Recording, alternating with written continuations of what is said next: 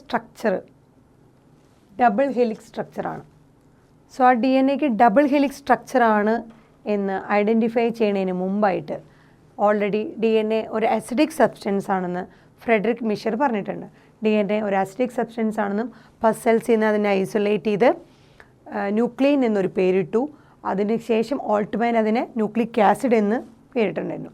So Frederick മിഷർ ആദ്യം അത് D N A acidic substance ആണെന്ന് ഐഡൻറ്റിഫൈ ചെയ്ത് പിന്നീട് ഓൾട്ട്മാൻ അത് ന്യൂക്ലിക് ആസിഡ് എന്ന് പ്രപ്പോസ് ചെയ്തിട്ടുണ്ടെങ്കിലും ഒരുപാട് ലിമിറ്റേഷൻസ് ഉണ്ടായിരുന്നു. ഈ പറഞ്ഞ പോളി ന്യൂക്ലിയോട്ടൈഡ് അല്ലെങ്കിൽ ഒരു ലോങ് പോളിമറാണ് നമ്മുടെ ഡി എൻ എ. ഒരുപാട് ന്യൂക്ലിയോട്ടൈഡുകൾ കമ്പൈൻ ചെയ്തിട്ടുണ്ടായ ലോങ് പോളിമർ അല്ലെങ്കിൽ ഒരു പോളി ന്യൂക്ലിയോട്ടൈഡാണ് ഡി എൻ എ. സോ ഇത്രയും വലിയൊരു ലോങ് പോളിമറിനെ ഐസൊലേറ്റ് ചെയ്ത് അതിൻ്റെ സ്ട്രക്ചർ കറക്റ്റായിട്ട് ഐഡൻറ്റിഫൈ ചെയ്യാൻ വളരെ അധികം ടെക്നിക്കലായിട്ട് ലിമിറ്റേഷൻസ് അന്ന് കാലത്തുണ്ടായിരുന്നു. So structure of D N A എങ്ങനെയാണെന്ന് കറക്റ്റായിട്ട് ഐഡൻറ്റിഫൈ ചെയ്യാൻ വളരെ ബുദ്ധിമുട്ടായി. ഒരുപാട് ലോങ് പീരീഡ് ഓഫ് ടൈമിലേക്കും എന്താണ് actually structure of D N A എന്ന് മനസ്സിലായിട്ടുണ്ടായിരുന്നില്ല.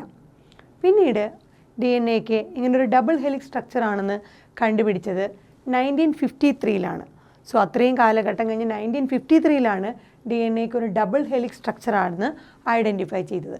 അത് പ്രപ്പോസ് ചെയ്തത് James Watson and Francis Crick. James വാട്സണും ഫ്രാൻസിസ് ക്രിക്കും കൂടിയിട്ടാണ് ഡി എൻ എക്ക് ഒരു ഡബിൾ ഹെലിക്സ് സ്ട്രക്ചറാണെന്ന് 1953 പ്രപ്പോസ് ചെയ്തത്. അത് എങ്ങനെയാണ് പ്രപ്പോസ് ചെയ്തത്? It is based on x-ray diffraction data.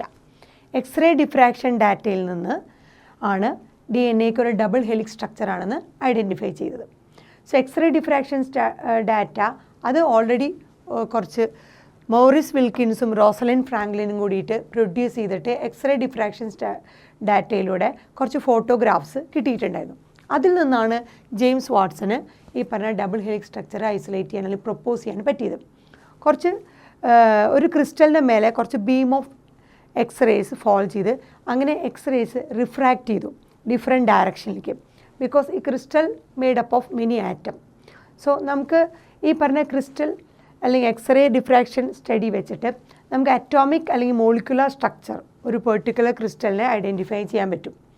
അങ്ങനെയാണ് നമ്മുടെ മൗറിസ് വിൽക്കിൻസും റോസലിൻ ഫ്രാങ്ക്ലിനും എന്ത് ചെയ്തു? ബീം ഓഫ് എക്സ്റേസ് ക്രിസ്റ്റലിലൂടെ ഫോൾ ചെയ്ത് ആ എക്സ്റേസ് റിഫ്രാക്റ്റ് ചെയ്ത് ഡിഫറെൻറ്റ് ഡയറക്ഷൻസിൽ അങ്ങനെ crystal made up of many atom ആയതുകൊണ്ട് അതിൻ്റെ ഫോട്ടോഗ്രാഫ്സ് കുറേ കിട്ടി. So Maurice Wilkins and Rosalind Franklin ആണ് എക്സ്റേ ഡിഫ്രാക്ഷൻ ഡാറ്റ പ്രൊഡ്യൂസ് ചെയ്തത്.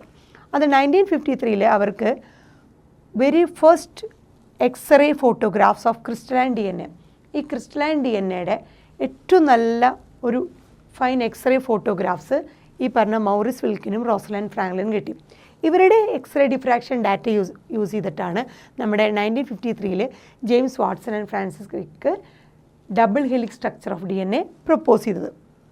അവർ ആ ഫോട്ടോഗ്രാഫിൽ അവർ കണ്ടെത്തി D N A was a helix with width of 2 nanometre. D N A എന്ന് പറയുന്നത് ഒരു ഹെലിക്കൽ സ്ട്രക്ചറാണ്, അതിന് 2 നാനോമീറ്ററാണ് വിഡ്ത്ത് എന്ന് റോസലിൻ ഫ്രാങ്ക്ലിൻ്റെ അതുപോലെ മൗറിസ് വിൽക്കിൻസിൻ്റെ എക്സ്റേ ഡിഫ്രാക്ഷൻ ഡാറ്റയിലെ ഫോട്ടോഗ്രാഫിലൂടെ അവർക്ക് കണ്ടെത്താൻ സാധിച്ചു.